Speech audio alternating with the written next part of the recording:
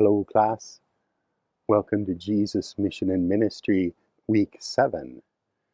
And we're doing something a wee bit different this week. I'm in Oregon, out preaching in this beautiful little town called Staten.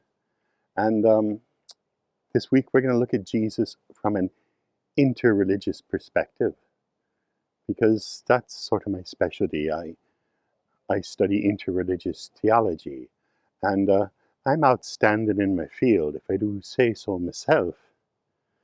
So, why this perspective? Well, we'll be looking at something I wrote about Taoism, read in the Gospel of John, and how it gives us a different perspective.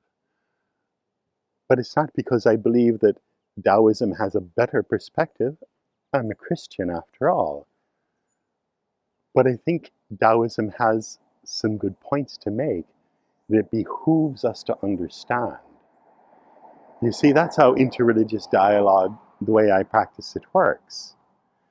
You know, between Christians and Hindus, Christians believe you live once, and Hindus believe that you live 1,000 times. What's the compromise position? Is there a midway position, maybe 50? No, just not. There's no agreement. There's no way that those positions come together. They're so different. But once we accept that, then we can say, but you don't seem crazy. Do you have something that I could use? And with this dialogue between religions, Christians should be better Christians, Hindus should be better Hindus. That's the goal here. Why is that? Well, for one thing, they raise different questions. They see things with new eyes. And if we just stick with people like us, we keep asking the same questions over and over again, and we get stuck. So people from another religion see things differently and raise new questions. But also, they have their own insights from God. And here's how I say that. Imagine you're in the year 100, and there's this Cherokee maiden praying up on a hilltop. Oh, great being, show me what is right. Help me to see what is true. Well, does the God of Jesus Christ answer her? Or does he got nothing to say? I think he cares. I think he needs to answer her prayers, and God does, the God of Jesus Christ, even though no word of Jesus Christ could have reached Oklahoma in those 70 years since he died. So how does that work? Well, we believe in the Spirit, that God is bigger than our little understanding of God. So if God answers her prayers, she's going to conceive of that in a Cherokee way. But that insight then can feed us. So we hear it as, tell me about your Cherokee faith, but I see truth there, and it makes me rethink mine. Oh, and I see things I disagree with. Now I need to say why I disagree, why our perspective is different, and I'm holding to it. So given answers, teasing these things out, and maybe accepting some new truth and working it in, is how religion can move forward through interreligious dialogue.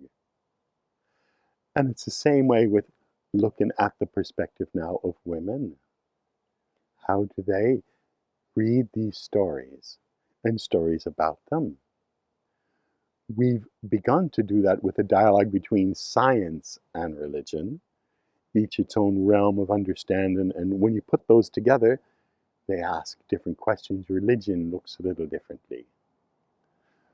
So now we're going to look at Wu Wei and the Gospel of John. This is something I stumbled on because I first started seriously reading the Tao Te Ching, the first text in Taoism, during Holy Week. And as I'm reading these texts and studying the Gospel of John and Jesus' death in the Gospel of John, oh, I saw there was so much overlap in these perspectives. But I'm not postulating that there's any connection between these two. But truth is truth. And so that's the point of this. Just get a general sense of what's being said here, and you can throw it out. It's not part of our faith. Or you can say, oh, that really is an insight into what John was really saying in this gospel, which is different than what Luke was saying, or Mark, or Matthew were saying. I think once you read this chapter I wrote, you're never going to quite read the crucifixion in John's Gospel the same way again. And it gives us food for thought about how to lead without commanding, how to invite people to a better way of living, how to respond to violence non-violently. These are important ideas, important talents to have. I think they're Christian, but we sometimes lose sight of that. Anyway, maybe you'll hate it, and that's okay too. I look forward to reading your comments. Blessings to you.